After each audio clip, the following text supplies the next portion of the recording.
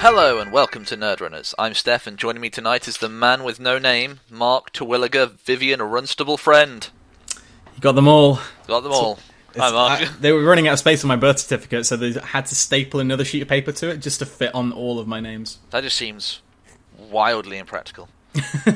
Although, if we go by Dresden Files law, then you've given everyone full power over me now, so I'm in a bit of trouble. It depends whether I pronounced it right. Maybe that's different enunciation on the Vivian. It's Vivian. Vivian. Yes, it's the French. Oh, how are you?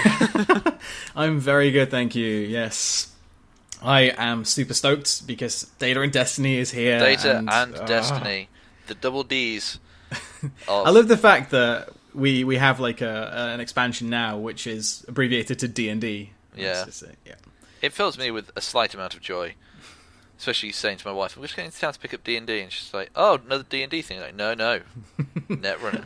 And she sort of went, I can't believe I married you. Anyway. Shall we skip all the caring and loving intros? Because there are so many cards. Yeah, we have a lot of cards to get through. And I can't be bothered. So, Mark, why don't you lead us in from the beginning? We shall start with card number 1. It's a good place to start. It is Sync. Everything, everywhere. It's a division for NBN. It's 40-15, and it says, click, flip this identity. The runner pays 1 more when spending a click to remove a tag, not through a card ability. The other side is, click, flip this identity. You may pay 2 fewer when spending a click to trash a resource, not through a card ability. So unlike the Jinteki flip identity, which you flip once for some devastating consequence, the NBN, you can keep casually flipping between them as much as you want throughout a game, which is quite cool, I think.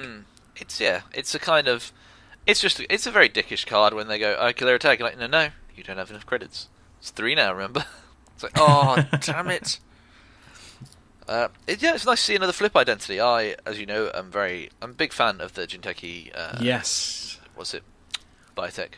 Yeah, you got a lot of use out of those cards. I have. They're actually looking a little bit worn. The sleeves that are from all the flips. But no, it's good. It does exactly what NBN does, which is make it more of a pain to clear the tags. And once you're tagged, I can ruin your day.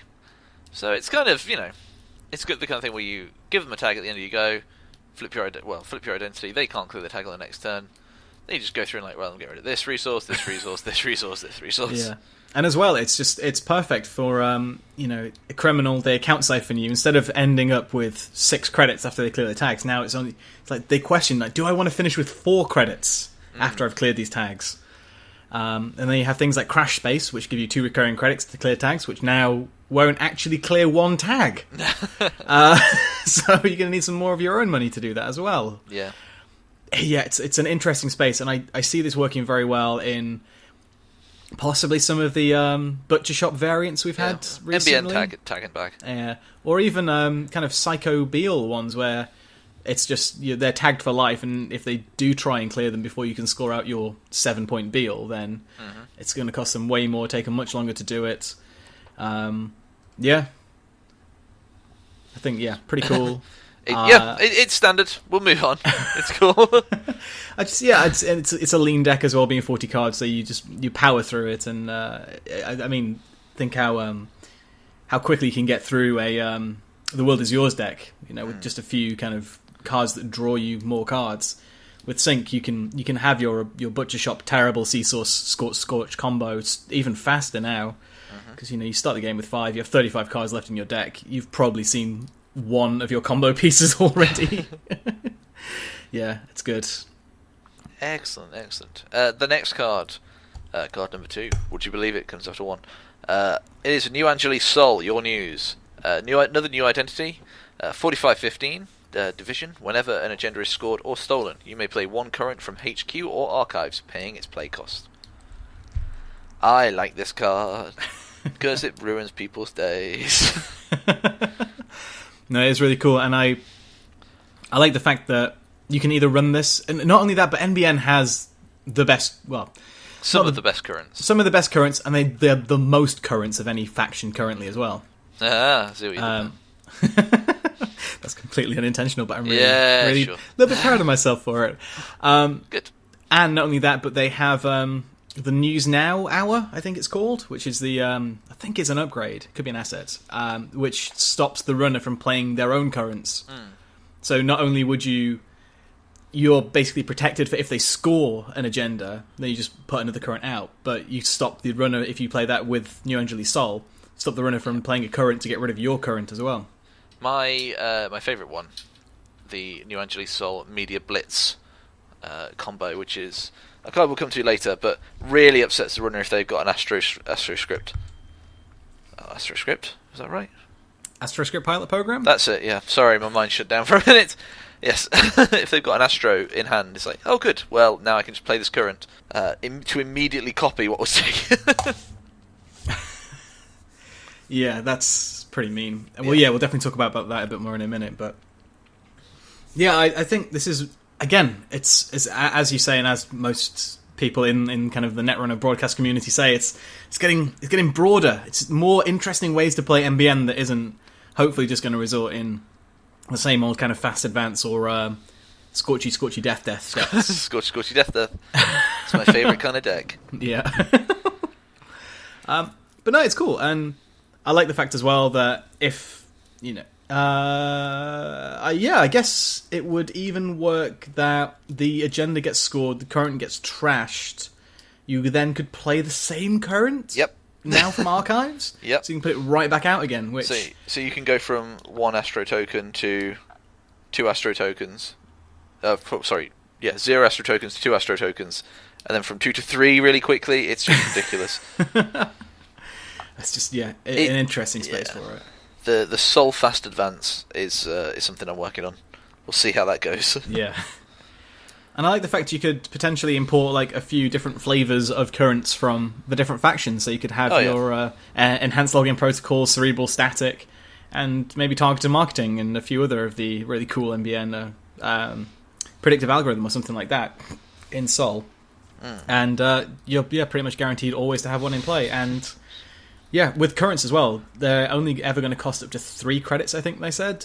And so that's everything in the design space right now. So as long as you have 3 credits, up to 3 credits when the agenda's scored or stolen to play the next current, then yeah, you can just keep currents in play, keep the runner unhappy.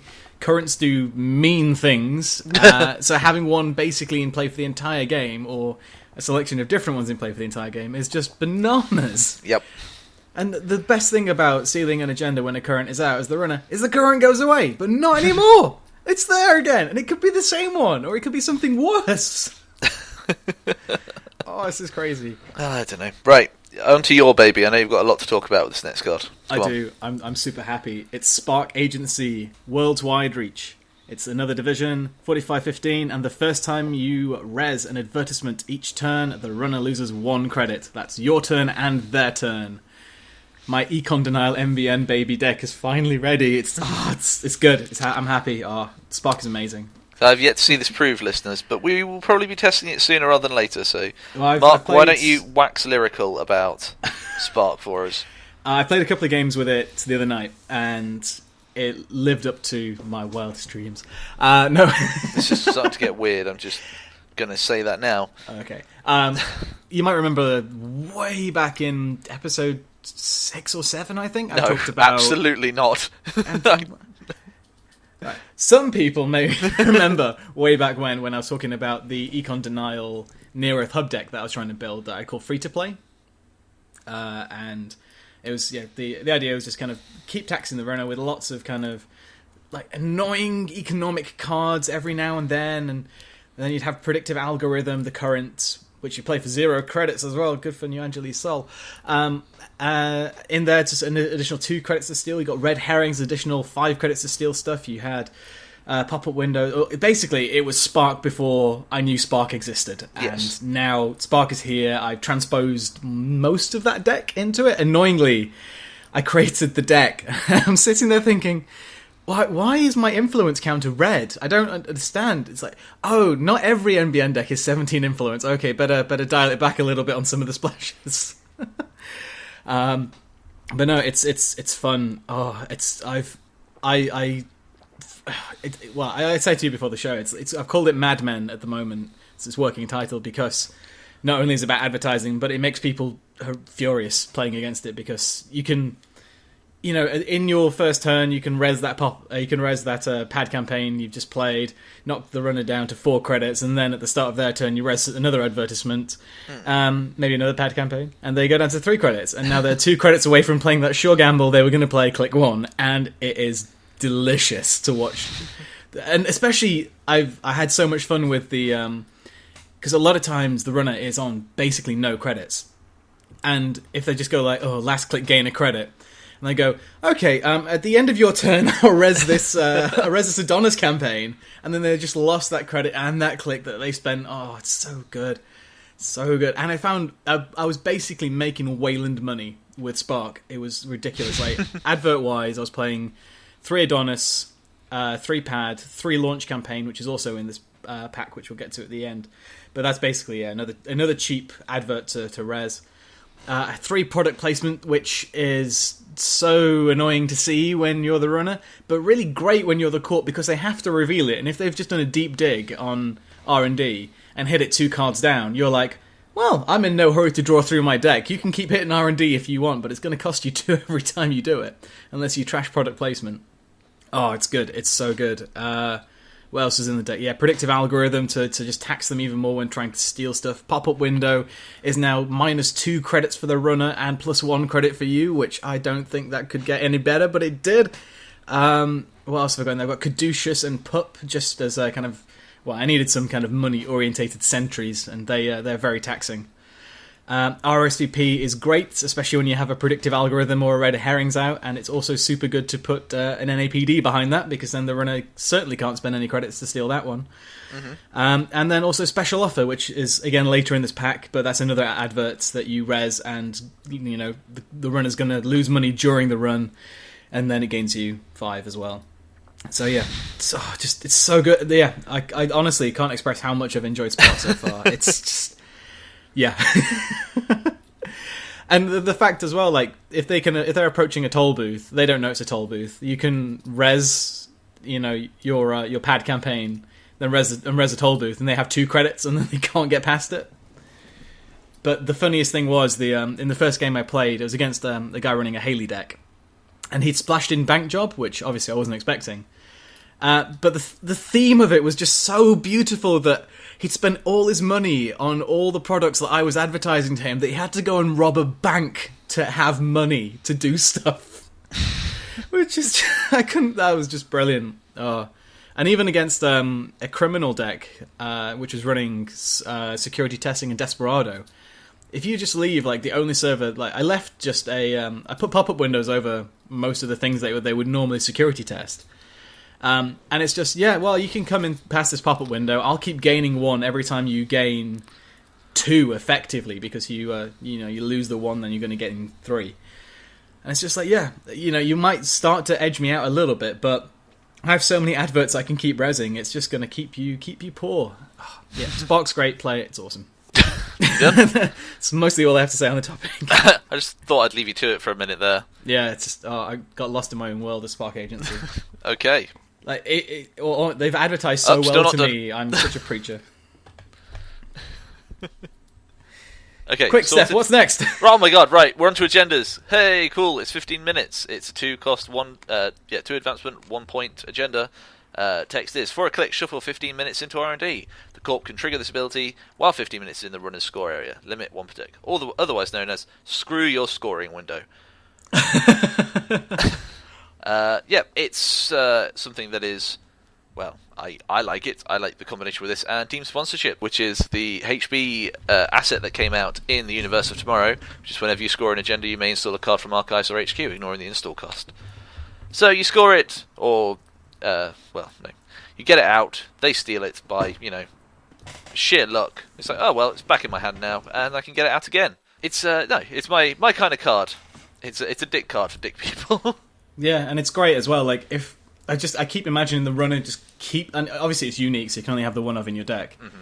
And again, thematically that works so well, is you only have 15 minutes to be famous. Oh, and the art as well is basically, it says, it's a crumpled up New Angeles Soul newspaper that reads, headline, Hacker Liberates NAPD Files, which is just so good. It's so good, because again, NBN is just so, they run NAPDs probably more than anyone. And awesome artwork. But yeah, I just love the idea that the runner scores it, they're like, haha, I've got 1 point. And then next turn you go, click, now it's back in my R&D, and it's shuffled in there. And then just love the idea of the runner hitting it again, like maybe 2 turns later. It's like, aha, I've got to know, and then it just keeps going back into your R&D, like every couple of turns. If there was a way to manipulate it so you could keep pulling, in fact there is, and we'll get to that card later, I think. Yeah. But just keep putting 15 minutes on the top. Harpsichord. Put this in Harpsichord, where this is the only agenda they keep stealing, and you keep pulling it away from them. Oh, that's so good. Oh, I like that idea. That's so mean. There you go, you see. I didn't want to bring that combo up, but, it's fun. But no, it's good. Bounce over. Next one. Improved Tracers. It's a 3-for-1 agenda. It's a security agenda, and it reads, all Tracer Ice have +1 strength. The base trace strength of each subroutine is increased by 1. So, if you're running a Trace heavy deck, this is pretty good. Bump this, because obviously, base... everything. I keep thinking of Buttery Biscuit base now, but the base trace... the base trace strength. If you've not seen it, watch MasterChef Synesthesia. It's hilarious. But again, just like bumping stuff up, so like a Strength 5 Hunter is suddenly even more annoying to break. And then it becomes like, again, you bump the Tracer Strength up to push it out of the range of something that could break it. Then the runner has to rely on beating the trace, but the base trace is already just increased by 1 as well. So yeah, either way, the runner is not going to do so well against anything that's been improved. Yeah, unless they're horrendously rich and can outmoney you on every single trace. Yeah. But even then, you're causing them to waste a lot of money to get through a few traces. Exactly. It's just it fits in nicely with NBN. Hey ho. I do wonder what the HB one will be. I guess it'll be some... Well, actually, because we have Superior Cyborgs for Wayland to give their barriers +1. The Code Gates one for Jinteki, which is again +1 strength for the Code Gates. This is Tracer stuff for NBN. Sentries, maybe. Sentry, yeah, but they already have... The thing is, they have Stronger Together as an ID. Ice. Well, they have Stronger Together, which is +1 for the Biroids anyway, so... Yeah, but it still hasn't made Biroid Ice viable. Well, Strength 5 Eli. Make Eli even more annoying. Yeah. Just click through it. Done. Finished. Right. Shall I move on?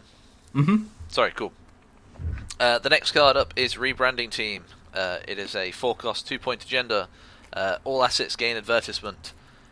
Mark, I assume this is in your Spark deck. Funnily enough, it's not in my Spark deck. What the hell is the matter with you? You make the deck that is built around advertisements. You don't have Rebranding Team in there. The reason for that is I have 12 assets in the deck. 4 3-ofs. That means 9 of those are already advertisement, and the other 3 are Jackson Howard. So really, who this could be an advertisement. Who could be an advertisement with this? But it's because my agenda suite for my deck is 3 NAPD, 3 Global Food Initiative, which is stellar. But we'll talk about that more in a minute. And 3 Astro Script, because you got to have Astro in a deck. So maybe I could replace the Astros with this just to add the advertisement to Jackson. But then it's only, once you've used Jackson, he's gone from the game, so he's only going to really res 3 times. So unless I was playing more advertisements, more assets that weren't advertisements. So for example, if I had Marked Accounts, that would be a good example of something. You res that for 0, and they lose 1, and then that's kind of your economy. It's also already high to trash, which is annoying for the runner. So yeah, I guess if you wanted to run a more flexible asset suite, or if there was some kind of Turtlebacks team sponsorship... I think if you weren't focusing on shenanigans, denial, there would be a lot of not specifically the already pre-existing advertisements. But if you wanted to put in anything else, it would be a. I see it as if you want to put in good assets that aren't already advertisements, that's when you'd start thinking about running maybe 2 or 3 rebranding teams. It's clearly a Spark card. They have the Spark logo in the artwork. Yeah.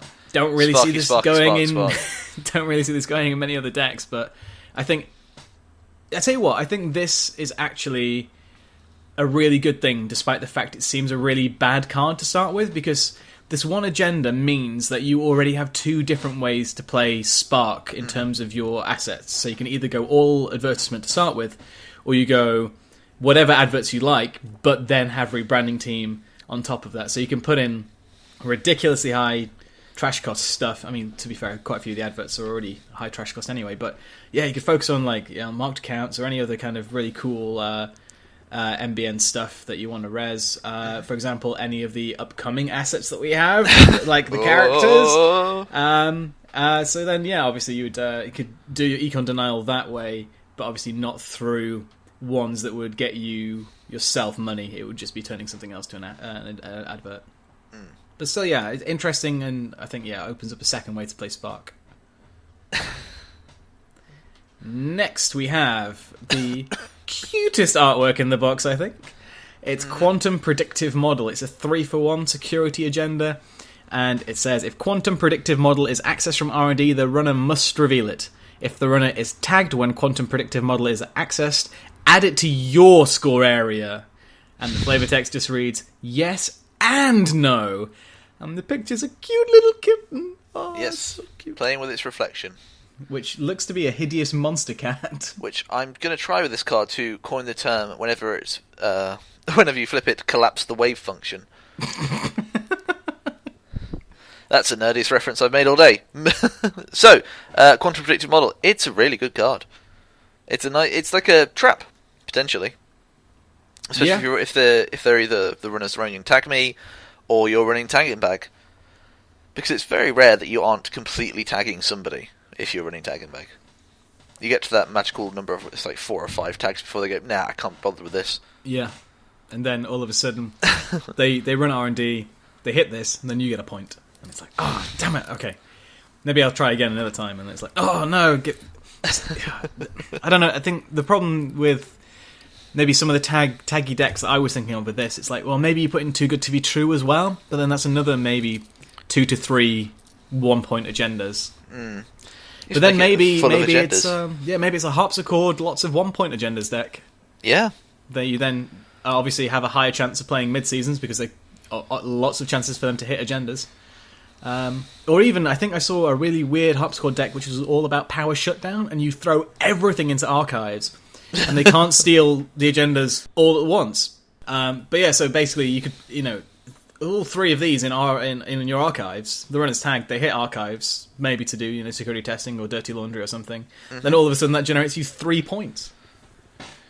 Assuming, you got all 3 of them out really quickly and into archives, and the runner is tagged. But on that super conditional reasoning.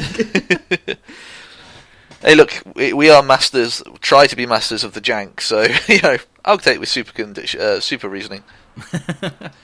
Right, the next one up, we've reached our assets. It is Lily Lockwell. She is a character, by far. It's a 2-cost asset, 3 to trash. When you res Lily Lockwell, draw 3 cards. For a click and remove 1 tag, search R&D for an operation, reveal it, then shuffle the rest of R&D. Add the operation to the top of R&D. So you've tagged the runner, beyond all hell. Now you can remove 1 of them and find your Scorched Earth. Yep. And I always forget about the first bit, which is the drawing 3 cards. So if you don't find the Scorched in the first 3 cards, just remove a tag and find the Scorch. And not just that, but... Or the psychographics. It's just a really good card drawer as well. It really is. If you think about Jackson, who I guess would be the most comparable asset, he's an install, and then you have to... It's kind of... you have to res him, and then click 2 is the... click for 2 cards. Now with Lily Lockwell, it's install res, immediately draw 3 on that 1 click. Yep. So she gets you a lot of stuff much faster. I mean, she is 2 to res compared to Jackson 0. She's still 3 to trash. But I think this is really cool, and especially if you're playing a taggy deck. I mean, even if you're not playing a tagging deck, there's still the 3 card drawer is not bad. I mean, that's the equivalent of anonymous tip, which is draw 3 cards. So it's an anonymous tip. The runner's going to have to pay 3 to trash. Although I guess they probably wouldn't trash it unless they're at risk of being tagged, because unless you can do something, then that second part of her ability is not going to do anything in the game. No. But yeah, still, draw 3 cards, not too bad for 2 credits. And one thing I hadn't realised is that because she's a character, she is immune to unregistered Smith & Wesson 35. It means she can't just get killed off. Oh! Stupid criminal cards that ruin my sysops. I guess thematically that makes sense, because if you had assassinated a TV personality... Yeah, you'd, yeah. So, no, it's pretty cool. I look forward to including her and just to be able to tutor out, the All-Seeing Eye or Scorched or Traffic Accident or anything like that, Just any nasty operations you can... Any awful things. Even if you just need money and you want a sweepsweek or a hedge fund. Or an Astro. Oh, it's an operation. Sorry, no, ignore me. You could search for your fast track. Yeah, and then pull the Astro from there. Exactly. God, that'd be a real hell of a turn. Yeah. Oh boy. Install, click fast track, play fast track. Next turn you're set up for an Astro. Yeah. Oh man. And I've got to say, I like the addition of the new subtype as well with character. I wonder if we'll see more characters from NBN in the upcoming packs, and if it's going to be if we'll have cards that interact specifically with characters as well. Mm-hmm. Next up, we have News Team. It's an asset, it's an ambush, 0 to res, 0 to trash.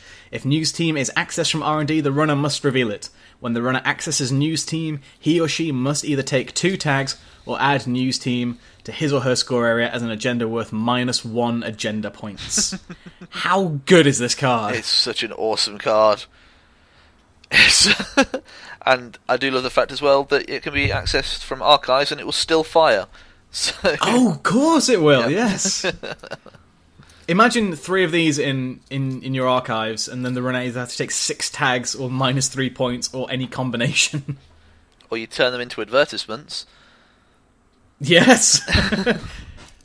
Oh, yeah. You turn that into advertisement and you res it in your server, and you maybe put something, and a special thing in there like a Sansan City grid, which you want to save for later. And now, if they want to run and hit that Sansan, it's going to cost them quite heavily.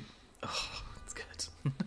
And as well, I mean, even you could include a few of these in a deck that's not really a super taggy deck, and even use Lily Lockwell with that tag that they just got. Mm-hmm. So yeah, I think this tags as currencies are a really interesting design space. Kind of spending the tags to do things. So it's not just anymore about kind of, as you said, once the runner gets like 4 tags, they don't care anymore. But it's like, if you really want to tag them, it's like, right now I have like 7 tags that I can spend to do these weird NBN taggy things with. Yeah, and and it costs nothing, and it's just, I guess the most obvious comparison is Shi-Q. Yeah. But yeah, this is just neat. And again, it put this in something like in maybe Argus or something like that, where you probably want to kill them anyway, and you're running maybe a few deadly servers, and the runner's probably prepared to take 2 meat damage or a tag anyway. Now they have the option to take 2 tags or -1 point. Next up, we have another character.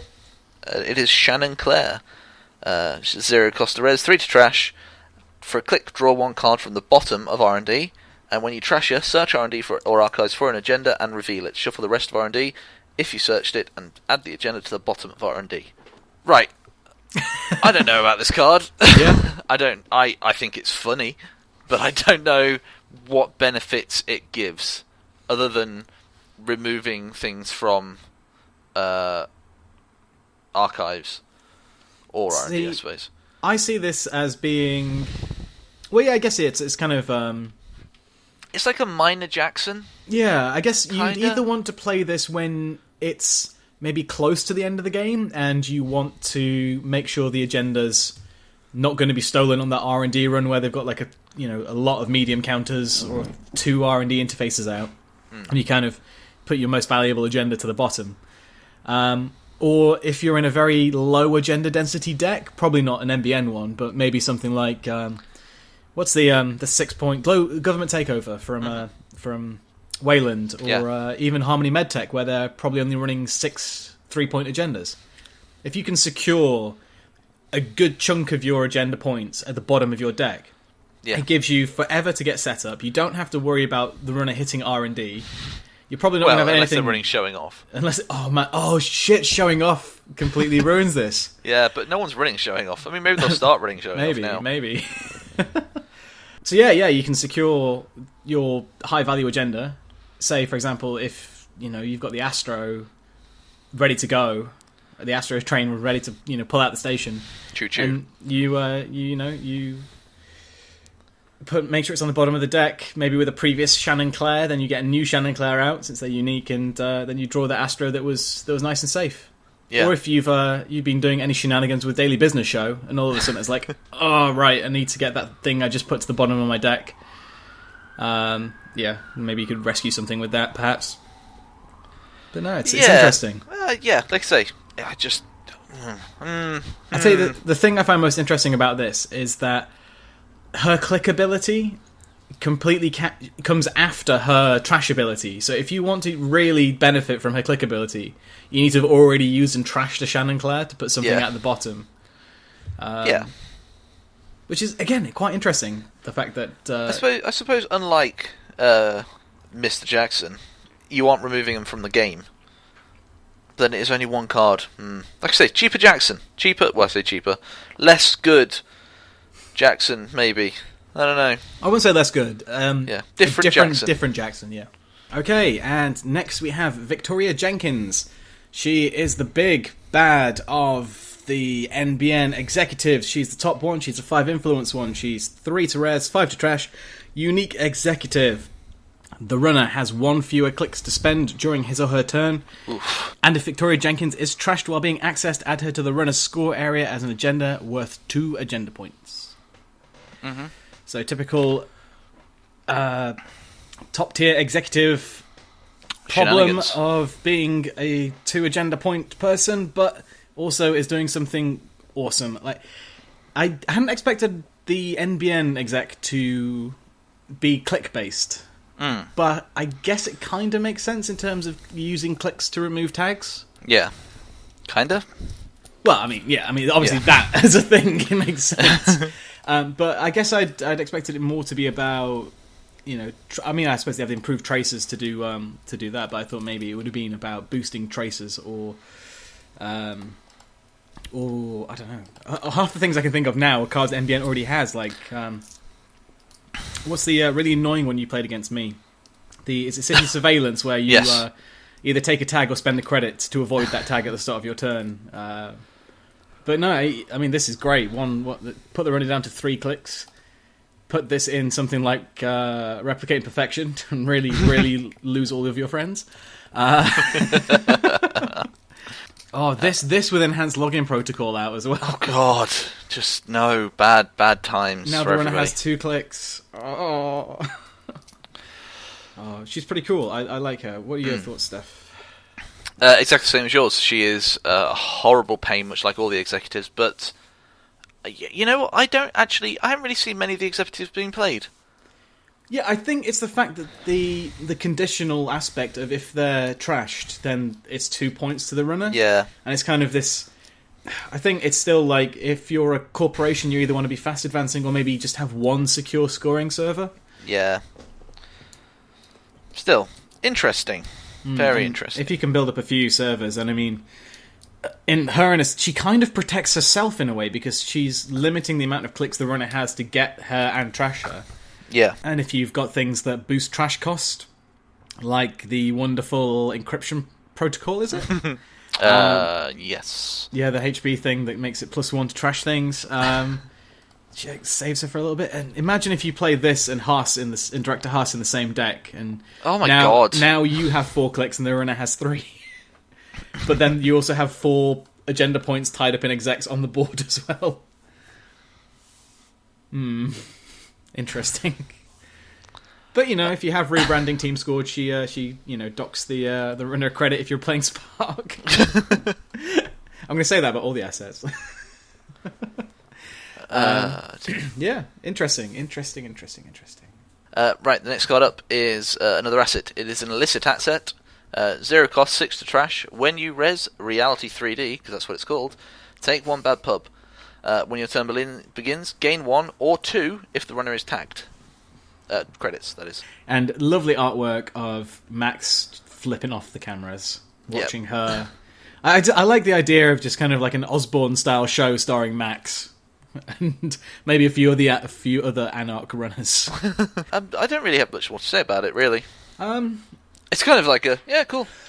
It's just a nice little drip economy card. Yeah, it's good. It's a pain in the arse to trash. You want the runner to be tagged.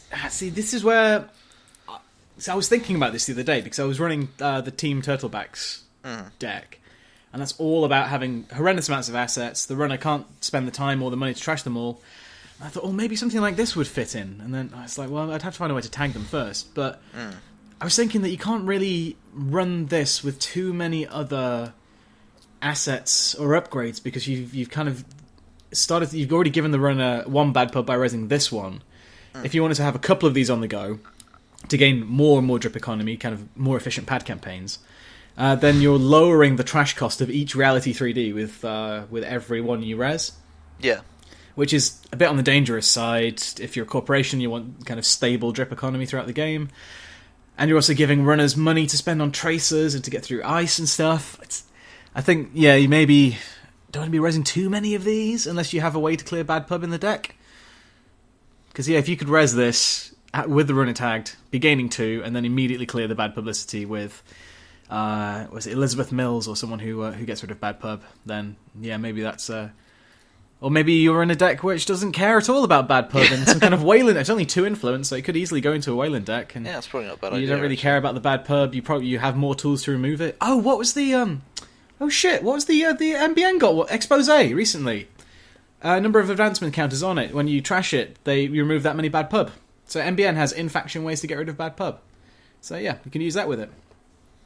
So get a couple of these resed. Then immediately trash your expose to get rid of the bad pub, and now you have a 6. The asset's back to 6 to trash. Yeah. All right. My opinion of this has risen now that I've remembered cards that I'd immediately thought I'm probably not going to play that. Use this with expose. There, found the partner, the perfect partner. Because again, even thematically, the expose of the Reality 3D show is thematically fits together. So there you go. Matching cards by theme. That's great. Okay, onto the ice. We have Archangel as our first piece. It's 4 to res, it's 6 strength, it's Code Gate, Tracer, and Ambush. Hold the presses, stop the presses, hold the horses. This is crazy. An ambush piece of ice? Are you mad? It's 4 influence, and it says, if Archangel is accessed from R&D, the runner must reveal its standard ambush. If you pay 3 when the runner accesses Archangel, he or she immediately encounters it. Ignore this ability if Archangel is accessed from Archives. And it's a Trace 6. If successful, add 1 installed runner card to his or her grip. Right, this is amazing for many, many reasons. Alright then, sell me on this ice. First off, it's 4 to 6 ratio strength, res cost to strength. So you're already taxing the runner more compared to what you're spending to res it, which is great. It's ambush ice. I hope we see more of this. This is great. Like, you now have ice that if the runner hits it in your deck is going to do something bad to them, rather than... Because the number of times you kind of run into R&D and it's just like, oh, it's just an ice wall, that's fine, I know to go get a barrier. Now you hit this, it's like, fuck, now I have a trace to deal with that I wasn't expecting. Assuming you have 3 credits, you can force a runner to encounter that trace. Then it's a Trace 6, which is huge, and as Traces probably should be these days, fucking good. Just, and not only is it the runner loses a card that they have installed, they've paid, they've put out, they need it, whether it's economy, or it's an icebreaker, or it's whatever, it's their console. You, the corporation, choose which card goes back into their grip. And all of a sudden, the power is all... No more of this runner choosing, now you're trashing something. It's not even trashing, it's just getting rid of it. And then you pair this with things like Snoop and Data Hound and other stuff that manipulates what the runner's currently holding. Or even something like... oh, Jesus, if you put this in Cronus Protocol... Are you okay? Like, synapses are flaring right now. Like, if you put this in Cronus Protocol, and they encounter Archangel, you throw back that I don't know, Corroder. No, or it's probably Sentry Breaker if you're Jinteki. Throw back their Mimic into their hand, and then you play a Neural EMP, and you trash that Mimic from their hand. Oh, sorry, Well, now that Mark is no longer a virgin, we can. No, yeah, it's all right. You can't say it's all right after I just did that. I spiel. absolutely can. I am not sold on Archangel. What? Oh. I think it is too janky to be viable. It's what? You don't say things like that, Steph. I'm not saying I'm not going to run it, but I think in a lot of play, I don't think people are going to choose this just simply because it's doing something interesting. Yes, but you have to pair it with something else to stop the runner getting in. It's irritating, sure, but it's expensive. I do think it's just expensive, and I think more often than not, people are going to pay $3 to force people to access it. And then you're going to be poor later on. I think it's a card that's going to trip a lot of people up. I'm not saying it's not a good card. I just don't think it's as phenomenal as you believe it is. Well, you don't. It's a May ability. It's if you pay $3, so you don't actually have to do that part. I know. I'm just saying that I think a lot of people will be tripped up by it, and therefore will see it less of it in competitive play. I've been wrong before. I know this. Well, and as well, if you think about it, you don't even have to have these installed as ice. You can just have them in your hand. Damn it, Mark! Yeah. And the runner's going to hit it. It's going to be bad for them. Jeez. Right. All right. You can play your Monolith deck. That's I'll play fine. Archangel. I'll send that Monolith back home. I'm not taking it away from you. I'm not. I wouldn't take it away from you. I just don't think it's as good as you do. I'm sorry. No, I feel like this is a permanent dent in our friendship. This is it. This is where the Beatles break up. This is it. It's over now. Let's go our separate. Did you just compare us to the Beatles? Yeah. Okay. Right. Shall I move on? Probably for the best. The next piece of ice. It is a Sentry Traitor. This is Newshound. It's a 2-cost 4 strength with the text: if a current is active, Newshound gains end the run after all its other subroutines. And a Trace 3, its only subroutine. If successful, give the runner 1 tag. I quite like this card. Yeah. Obviously, the mind it's nice immediately goes taggy. to Soul, where you always have a current active, probably. Yep, pretty much. So then you have a 4 strength, 2 subroutine Sentry that could give you a tag and will end the run. And as I think you mentioned with Tour Guide, I think you said you quite liked end the run sentries. I do like end the run sentries because no one's prepared for them. Yeah, I hate Rotor Turret. Everyone hates Rotor Turret. Pissed me off recently. I'm not surprised. It pisses everyone off every so often. Every so often you run into it and go, "Oh, I forgot about Rotor Turret. Why does this card exist?" It's still a thing, and it's one influence. It can go everywhere. Yeah. This is cool. Rotor Turret out of MBN. You're like, come on.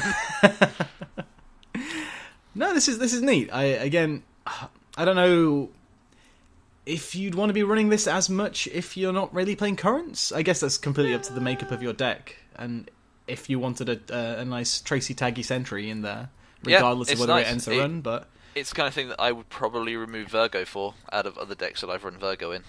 Yeah, because Virgo is 4 to res 5 strength? Yeah, and then it's Trace 2, and then if you get it to 5 and they haven't beaten it, then they get 2 tags, otherwise Trace 2 at 1 tag. Yeah. Yeah, I could maybe see this being kind of maybe a choice between this or Virgo to go into a deck. It's if a current is active, so it doesn't necessarily have to be your current. Oh, gee, I forgot about that. Yeah, of course. So the runner's cancelled your current or is playing one of their own. Then there's still... Oh. See? Okay, right, you've won me around a bit more on Newshound now. Good. That'll teach me for not properly reading the text. Alright, bounce over to you. Okay, What's up? Resistor. It is rounding out our tracers. Actually, no, we still have one more tracer after this, but it's a barrier tracer, which is interesting. It's 0 to res, 0 strength, and Resistor has +1 strength for each tag the runner has. Its one subroutine is Trace 4. If successful, end the run. Mm-hmm. See, I want to like this more than I do right now.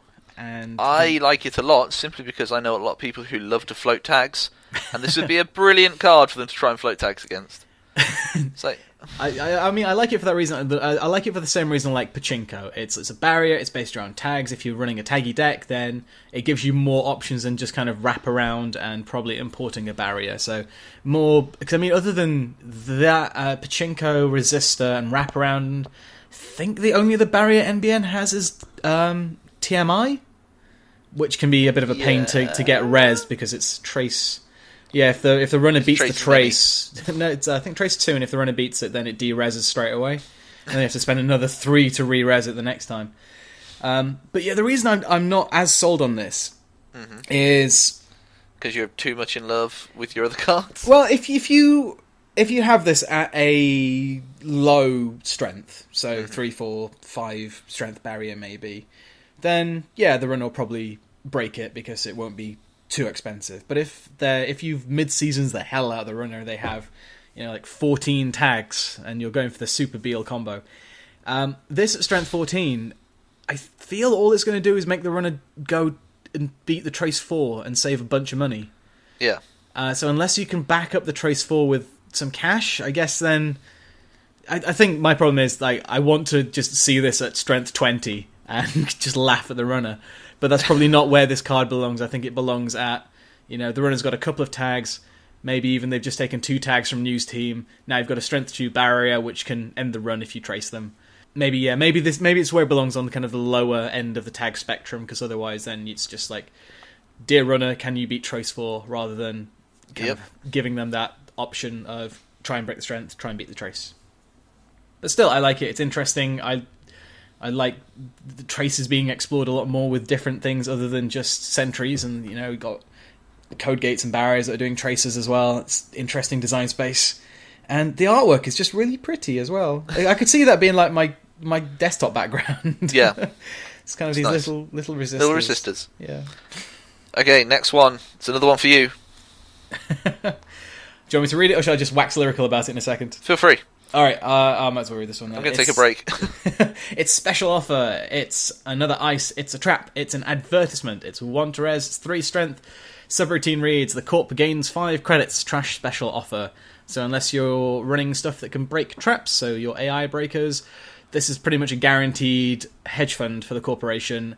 And if you run it in Spark, like I do, because why wouldn't you run this in Spark? It also costs the runner a credit because you've rezzed it, and they lose a credit because it was probably the first advert you rezzed that turn as well. Gaining credits against the runner mid-run is awesome, especially if this is in front of ice that you couldn't have otherwise rezzed. So if you're on, 5 credits, and you have this, then toll booth, that makes that completely viable to stay at 5 credits, unless the runner does something to your economy, and then you, special offer into toll booth, can res it easily. Great, and just another great economy option, I think. Even not in Spark, this is still quite a nice little trap that will go off, gain you some money. The runner's probably not going to be able to break it. Nope. I think 2 of 3 of in decks, depending on how much you really want to get money. It's just another viable source of income, and this is the equivalent of a runner hitting 4 pop-up windows simultaneously, basically. So I guess that's where the value comparison would lie. So for a nice burst, it's beautiful. But in Spark, this and pop-up is just hilarious, because then you have 6 pieces of ice that's also adverts, and I already had 9 asset adverts as well. It's just and then product placement, which is an upgrade advert. Oh yeah, they lost so much money against me when I played Spark. No, like it a lot. Special offer's good. Right. Next up. It is TLDR. Okay, next one, Steph. I can't bother to read that one. Good. All right, then. It just duplicates the subs on the next piece of ice. Right, moving on. Turnpike. You funny man. You're funny man. I couldn't pass up the opportunity to mock TLDR. It is a 1-cost 4-strength code gate with a subroutine. When the runner encounters the next piece of ice during this run, that ice gains a second copy of each subroutine on it after the original subroutine for the remainder of the encounter. And it does have a TLDR at the bottom, which is duplicate the subs on the next piece of ice. Which is brilliant. It's just brilliant. Yeah. I kind of see this more a bit outside of NBN, actually, because a lot of NBN stuff typically has 1 subroutine. unless you put this kind of in front of an information overload and the runner already has like 4 tags, then that's 8 subroutines on that information overload, which would be quite good. And then that's eight things that are trashing. But yeah, I think really mean kind of... I honestly see this really in Jinteki a lot more than I do NBN. You see, I quite like the TLDR new sound, because then if a current's active, that's 4 subroutines, 2 traces for 2 different tags, and then 2 end the run subroutines. That's actually really good. Yeah, and it's all in faction. It's just something I was looking at going, that could be bad. That could be very upsetting to run into. Or even TLDR on Archangel, and then you can put 2 cards back in the runner's grip. Yeesh.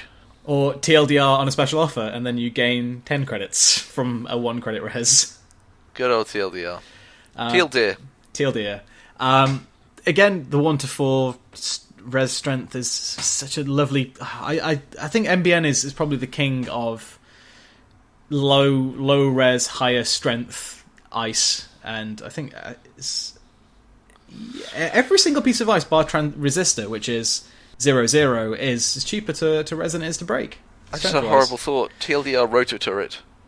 Oh, 2 programs to end the runs. Oh, that's mean. Oh, the anger. The anger. I just... my mind immediately goes to something like Kamainu, which is just then is like 10 net damage if you have 5 cards in hand. Or a Sarugi, which has got 6 net damage, plus you can end the run twice if you want. You could, in theory... Oh, no, because it'd be after, so you'd have Corp must pay, otherwise the run ends, then Corp must pay, otherwise the run ends, and then it's the net damage. Okay, so not quite as many... I thought it'd be just like the block, then the block, but no, you're right. Or even on Biroids, where all of a sudden that little Eli is 4 clicks to get through if you don't have your barrier breaker out. Yeah, it's nice. It's kind of like the chum. It's like it's something you can't be asked to break because it's like, I don't really want to. It doesn't feel like it does anything. And then you hit the next piece of ice, and it's like, shit, I wish I'd broken that code gate that was before this. Oh god, TLDR chum. That'd be rough. That'd be really That'd be very rough. Oh, TLDR into chum into TLDR. Just keep duplicating and net damaging until they die. Right, moving on. Cool. Last piece of ice in the pack is Turnpike. It's Sentry Tracer, 2 to res, 3 strength. When the runner encounters Turnpike, he or she loses a credit, and it's a trace 5. If successful, give the runner 1 tag. Yeah. Not impressed, Steph? No, it's alright. It's alright, isn't it? Again, it's quite another good... I don't have this in my Spark deck, purely because I just ran out of space. It's slight econ denial, slight tracy taggy. It's pretty good. Yeah. I mean, the trouble is, I don't have much to say about it because it's kind of self-explanatory. It's like, yeah, cool. It combos nicely with all the other taggy things and the death things, and yeah. And at a Trace 5 if you don't have a Sentry Breaker out as well. Trace 5 is pretty good. Mm-hmm. Yeah, I guess one of the reasons I didn't put this in my Spark deck was the fact that I had nothing... I didn't really have anything to do if the runner was tagged, besides maybe just trashing their resources myself. Which I suppose I could have done. I had quite a bit of money. But then I suppose if I could have maybe put this in and then maybe close accounts as well for just the ultimate punishment. So yeah, I think there are things you can do, but yeah, it feels like there's... you can now just basically tag the runner on pretty much every piece of ice in a deck, and just how disheartening is that? Yeah. It's just upsetting. Yeah. Just upsetting. Right. The next card. We're on to operations now. It is 24/7 News Cycle. It is a 0-cost operation, 3 influence. As an additional cost to play 24/7 News Cycle, forfeit an agenda. So you know it's got to be good. We resolve the when scored ability on an agenda in your score area. Okay. Steph, right. Why is this good? What when scored abilities would I have as NBN if I was playing this card? Well, you could potentially have, I don't know, an AstroScript pilot program. Yeah, mainly just that. It is an awful card. I mean that in a good way, not like an awful bad card. I mean, it's an awful thing to have to come across, an awful thing that exists, and it's only 3. It's only 3 influence. So could you? There's some mandatory upgrades. My head. Wait, no, that's not when scored. Hold on. No, I'm thinking of a different card. Move on. We'll move on. So really, you could spend a token from an Astro script.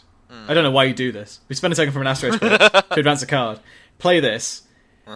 Add an advancement token, I guess, to your other scored Astro script that you have. And then use those 2 Astro script counters to finish advancing. Or you could advance, and then use those 2 counters to finish off a 5 for 3. Yep. But then you sacked a 2-point agenda for a 3-point agenda, if you're mad. Which you might be. Yeah. We're not saying you are, but you might be.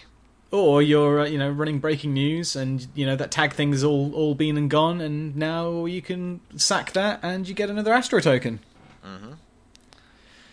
It is. Oh god, it's just upsetting. Yeah. This paired with license acquisition as well. More assets and upgrades. Yeah. Jeez. There's a lot you could do with this. Yep. Definitely a bit combo wombo. Oh, naturally. But that's the best kind. Oh, of course. Oh, dear me. I love the flavor text as well. It just reads, the only thing worse than bad news, ... is the 24/7 news cycle, which is going to ruin your day. Next, it's all the blitzes. We're on to the blitz. We're blitzing our way through the blitzes. It's ad blitz next. It's an ad blitz. It's X credits. So it must be interesting.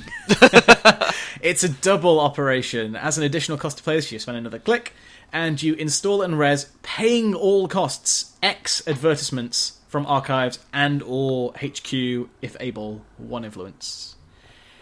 See, I originally thought this probably wouldn't be that great, but after the amount of money I've seen that you can make with Spark Agency, this would fit in perfectly well, because now you have a couple of Adonis campaigns, a couple of launch campaigns, maybe a pad campaign they got around to trashing in the bin, or maybe they've just been really good at trashing your advertisements. Assuming you have a fair amount of money, which you might do if your advertisements have been going off really well, you play this, you pull back loads of adverts. Admittedly, they'll all res at the same time, so you'll only lose 1 credit. The runner will only lose 1 credit, but then you have, again, maybe 3 or 4 adverts all ticking down again to get you even more money. Then it's just a question of what you want to do with that money. Like, do you want to just seesaw the hell out of them with a huge trace that they can't beat, or put it all into super expensive, just run 3 flares and 3 toll booths and spend all your money on that. Oh dear me. But no, I this is interesting. And even if you just get 1 advertisement back, it's still, I mean, it's probably not great for a double, but if you're running low on funds and you've not seen really many advertisements, the runner's been trashing all the ones you've had out, you then pull out an Adonis from the trash, and that goes into your scoring server. The runner loses a credit, now you have a well-protected Adonis for a few turns. So even just at 1 or 2 asset advertisements coming back, still pretty good. And I think, just let my brain process thing. So if you're playing Rebranding Team, the go-to agenda for this podcast, that gives all assets advertisement, which means Ad Blitz would be able to pull out any and all assets from your archives.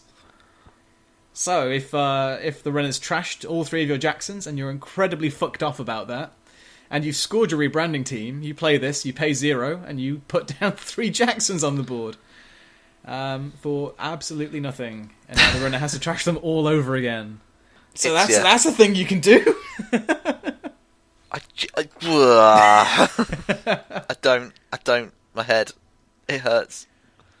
Quickly, we'll blitz onto the next blitz. Shut up. The next blitz. It is a 2 cost. It is Media Blitz card I mentioned earlier.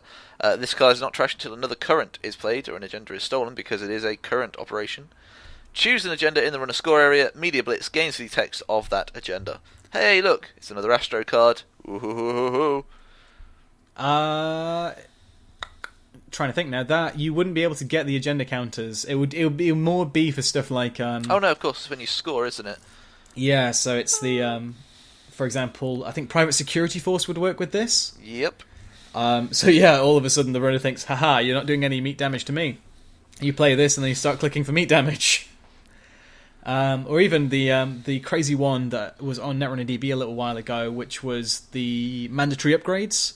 Yes. So this in HB cybernetics, and you motion out mandatory upgrades. If they don't steal it, you score it, and you have a fourth click. If they do steal it, then you play this, and you have a fourth click. I am running this deck. Have you managed to pull off the crazy Media Blitz mandatory upgrades combo yet? No. I've only played a couple of games with it. It still needs work. But no, it's stuff like that. Any when scored thing, you can now kind of...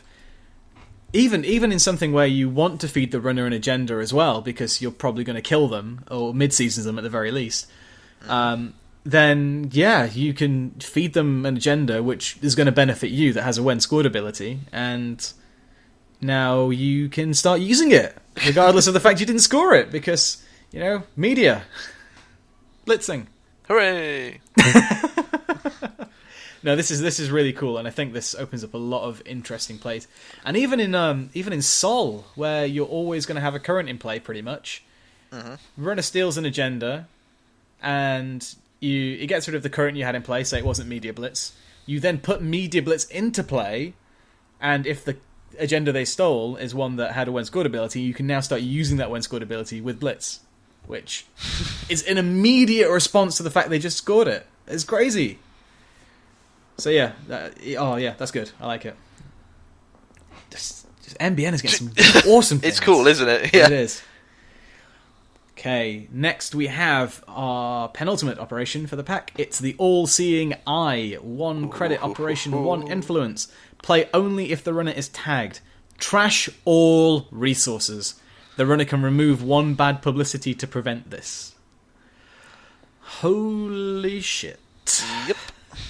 Say goodbye, Econ. It's just mad. It is, isn't it? Yeah. Especially if you feed the runner something that tags them, or if you're, say, I don't know, sync, and it's costing the runner 3 credits to remove every single tag, and it's going to slow them down considerably. Oh, it's good. I don't know, I think it's going to really depend on... If you play this early game, it's going to cripple them for a bit. You play this late game, they're never going to recover. It's 1 cost. If you're playing in a tag deck, it's necessary to include. I love the fact that Valencia automatically blocks this card as well. Yep. because again, thematically, she's a journalist, so of course she's digging up the dirt on NBN, who's out there trashing all of your resources, and then she's just like, okay, I'm going to use this info that I've got on you to stop you from trashing all my friendly resource people. So, yeah. It just gets rid of everything. Everything makes Wireless Net Pavilion useless, makes Fall Guy useless. It's just... it's awful. Yeah. Oh, gee. Just think about things like... think like Foxfire, which was... way back when, you could trash all virtual resources. Mm-hmm. Now they've just gone, fuck it, trash all of them. Trash every resource they've got. We don't care. That's what you need to do. And art is wonderful. Victoria Jenkins just standing at a terminal, looking all kind of godlike, spying on the planet, and just destroying your friends and connections. Right. So, what's next, Steph? Next one is Operation Surveillance Sweep. Is a current operation, 2 cost, 3 influence. This card's not trashed till another current is played or a gender stolen, yada yada yada. The runner must spend credits first for each trace during a run. Now that changes things slightly. That changes everything about tracing stuff. let's not beat around the bush. Let's say this is literally flipped the entire mechanic upside down on its head, back to front. Now, as the corporation, you're just like, so how much do you think I'm going to spend on this trace? How much do you think? Go on. Yeah, go on, guess. Go on. Do you want to throw your money away? Because I might just not boost it, and then you're empty. You've wasted you all spent that all your money. money. Yeah. Or you could not spend. I'll spend everything. Yeah. And now bad things have happened to you because you're tagged. Yeah. Or the trace succeeded, which is probably going to end in a tag. Let's face it. Yeah. See, this is what I was saying earlier about NBN getting some of the best currents. Just ridiculous. And all their new ice is trace related. It's this absolutely has a home in a lot of decks that are running trace, and even Oh, it's only during a run, so you couldn't do operation-based tracers. Make them spend money first there. But yeah, any tracers that you can fire off during a run on ice or what is it? What's the grid that NBN has where they can trace again?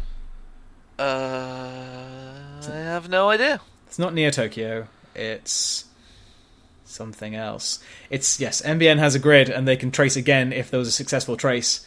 So then the runner is kind of spending even more credits to spend credits first during the traces, and because they have to go first, and it's good.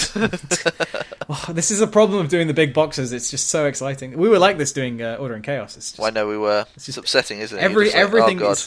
It's like when we do the data packs, there's chunks of excitement, but the big boxes, it's like everything's exciting. Everything. Speaking of exciting and using tags as currency, we have Keegan Lane. Hooray! He's our sysop. He's an upgrade. He's unique. He's 0 to res and 3 to trash. And if you trash him and remove a tag, trash one program. Use this ability only during a run on this server.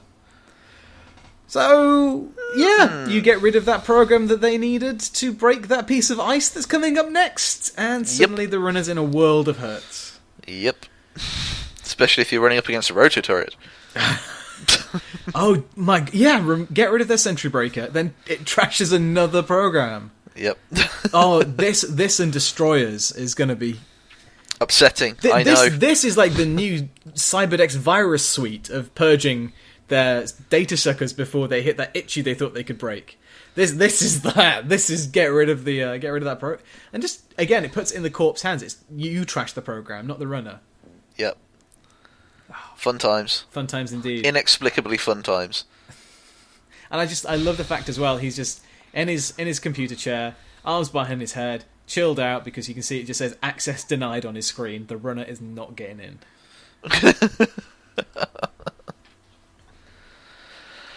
Okay, we're getting there. The next one is an upgrade. Hooray! It's zero to I'll start that again. It's a 0 cost to res, 4 to trash upgrade region called Rutherford Grid. The base trace strength of each trace during a run on this server is increased by 2. Limit 1 region per server. Mark. Yeah. It's good. Again, I think 4 to trash is good. Yeah, again, it's built for that particular taggy deck. It's built, yeah. If you're running a lot of tracers, this improved tracers. Oh my god, you could media blitz and improve tracers if they steal it, and then all your trace ice is improved, and they stole it. Oh, yeah. Okay, right. Alright, improved tracers just got better as well. So yeah, I guess if you're running a trace heavy deck, this at 4 to trash, 0 to res.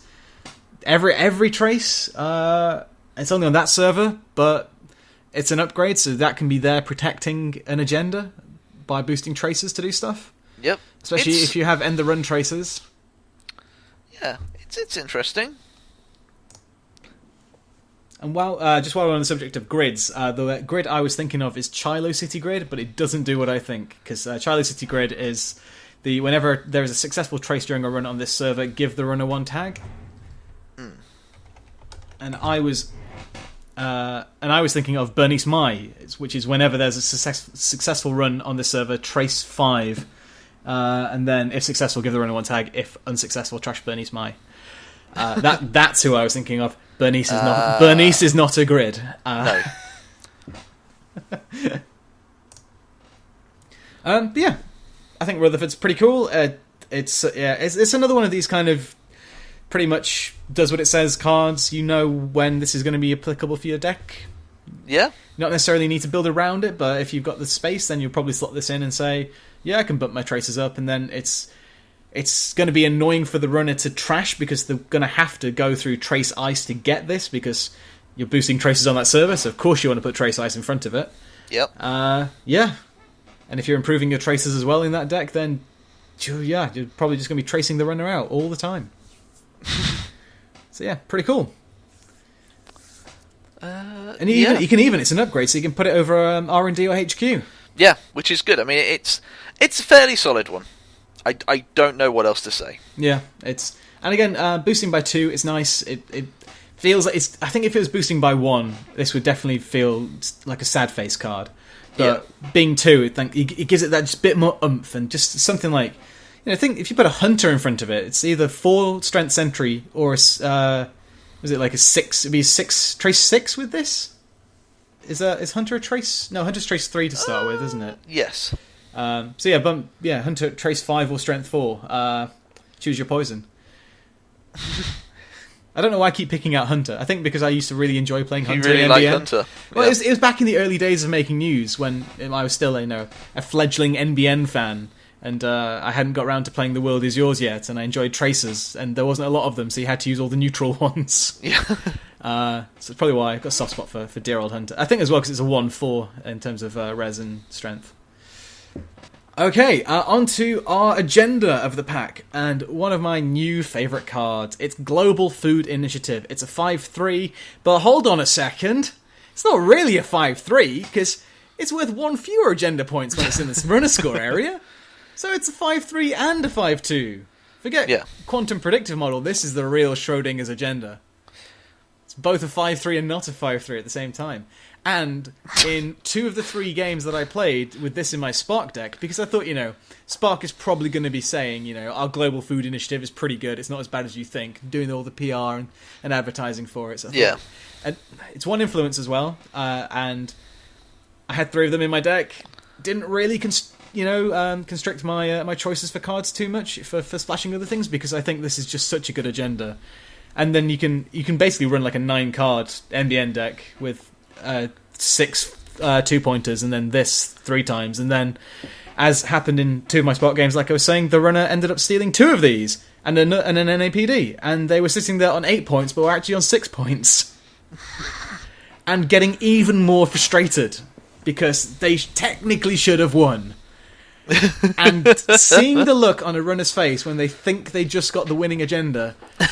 And then crushing them. And crushing their spirit because they realise they have to score 1 more. Again, this is perfect because it means you can score fewer agendas in the runner. It's brilliant. And I would absolutely say put this in every deck if it wasn't already 1 influence. Because it's 1 influence, I think people might struggle to get it in certain decks. Because obviously influence is already really tight with all the great cards that are already out there from other factions. But as a 1 influence agenda, I would always pick this over Vanity Project, naturally, which is a 6/4, unless I was doing something particularly interesting with the need for having a 4-point agenda, such as what's the thingy called, Punitive Counterstrike, or something along those lines, where it punishes for having either higher points, or if you're in Harmony Medtech or running the government takeover, where you literally want as few kind of agendas as possible. And to score out as few as you need to. But no, or even fucking this in Harmony Medtech as well. The runner has to score 3 agendas if you're running your only 5/3s, and 3 of them are this. Yeah. Yeah, awesome. Absolutely love it. Fantastic agenda. I honestly hadn't realised how good it was until I played with it. And again, it can sit in your server, and you install Advance, and you just think, I get 3 points if I'm successful next turn. I lose 2 points if the runner gets in, and I can live with that. You don't have that heartbreaking moment of losing a 5/3 anymore if you play this, because it's just 2 points you lost, and it upsets the runner, which is even better. Yes, which brings us nicely to Launch Campaign. Another advertisement for you, Mark. Neutral asset, 1 cost, 2 trash. Place 6 credits from the bank on Launch Campaign when it is rezzed. When there are no credits left on Launch Campaign, trash it. When your turn begins, take 2 credits from Launch Campaign. 3 of these went straight into my Spark deck. Yep. Makes sense. Yeah, it's great. It's 1 to res, and then you immediately make money off it, so you gain 1 credit by resing this, technically. So it's not like the pad campaign where you down 1 credit rather than, if you res it at the right window, you're down 1 rather than gaining anything. But this, immediately it's making you a profit. If it's in Spark, it's losing the runner credits as well.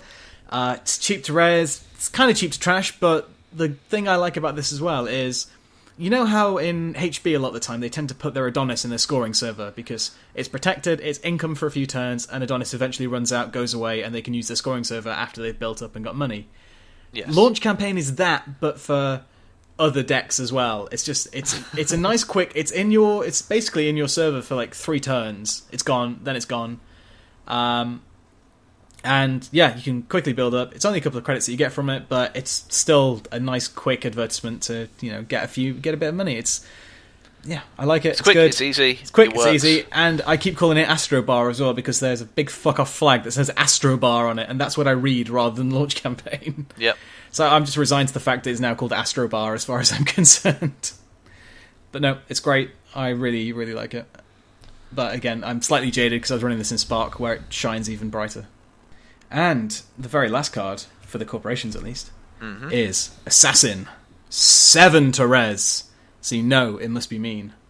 I like that. It's 5 to trash. It's a Sentry, Destroyer, AP, and Tracer. Because it's everything all in one. Where would we be if there wasn't lots of Tracer ice in this there pack? were more subtypes. And we have first subroutine, Trace 5. If successful, do 3 net damage. Second subroutine, Trace 4.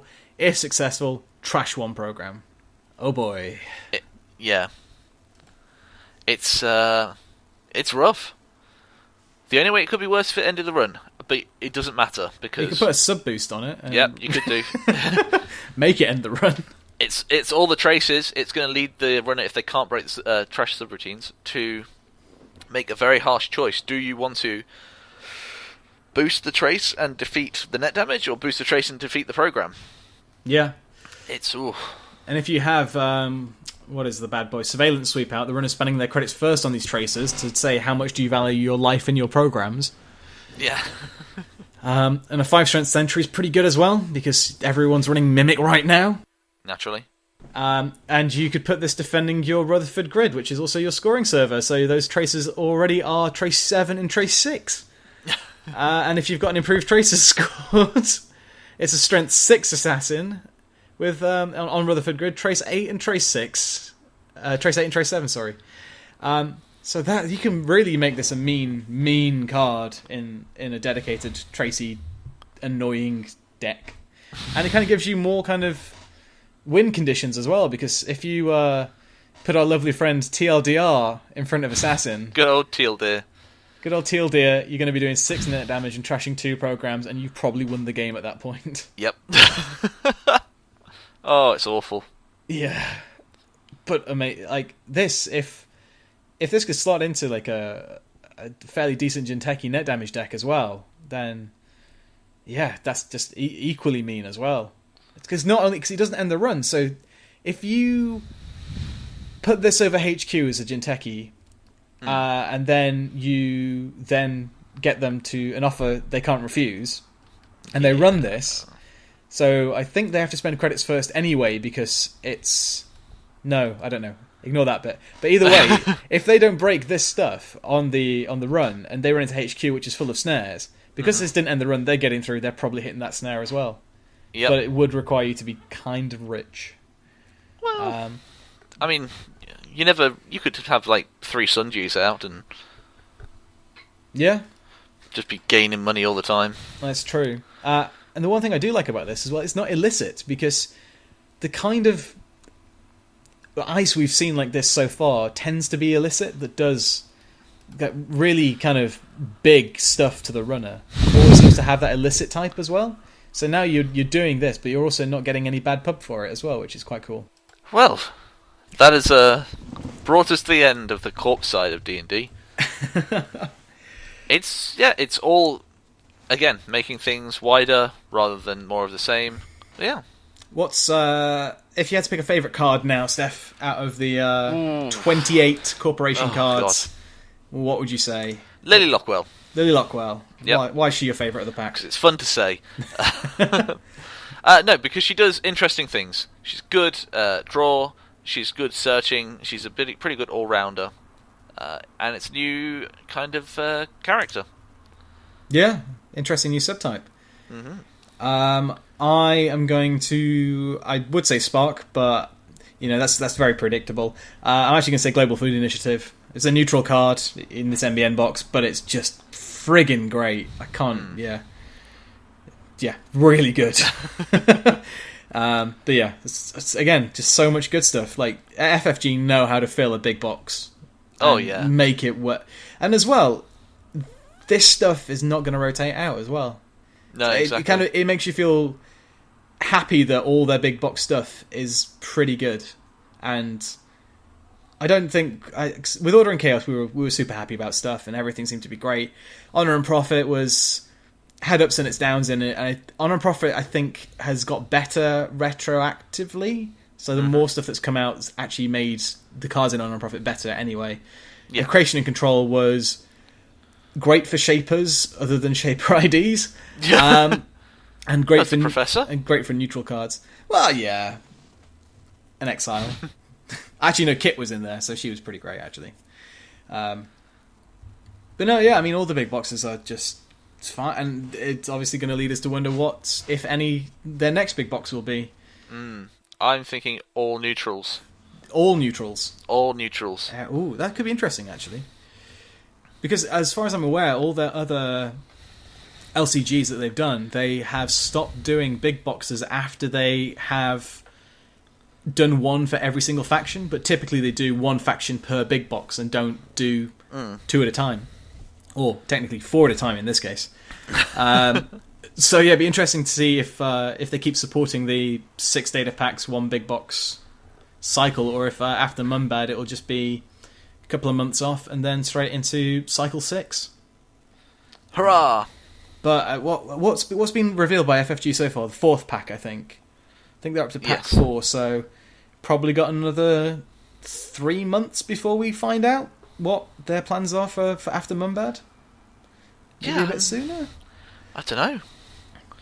I can't honestly think straight right now, Mark. If I'm being honest. My mind has overflowed with NBN. I mean, it's pretty much. It's one of your favorite colours to play as. Good old yellows. I'm very happy about them. I just need more time to kind of get used to it. I'm still digging through the box and finding what I can do. I think my next one's probably going to be a New Angeles Soul deck. Yeah, I think that's really interesting. Do you think with that one you'll go primarily NBN currents, or you'll go kind of a splash of each current and each I'll kind try of it with currents? just NBN to begin with, and then see where we go from there. Yeah, I'll keep it pure yellow. Sorry, I've just had another thought about Archangel. You can send a card back to their hand and play targeted marketing. So if they really want to play it again, they'll give you 10 credits. Oh God.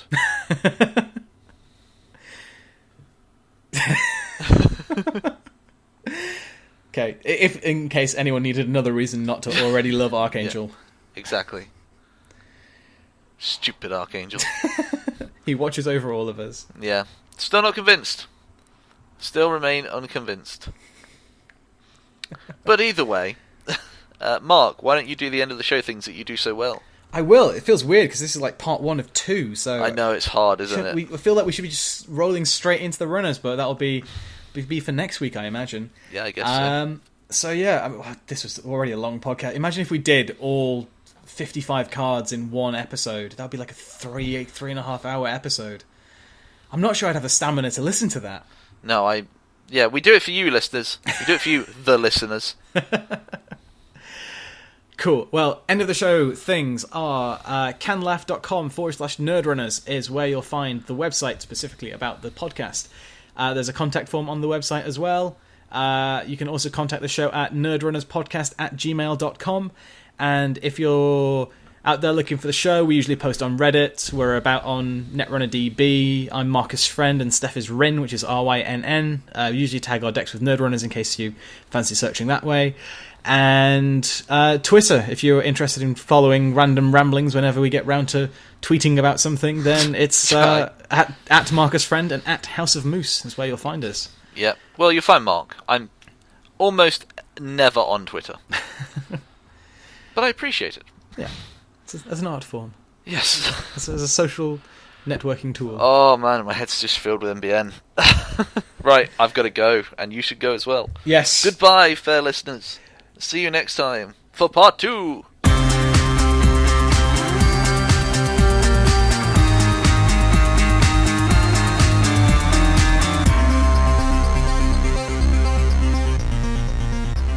The trouble is, and it's like I said at the beginning, the reason we're doing this is because we know NBN, but then half these cards just do cool stuff, but it's really self-explanatory.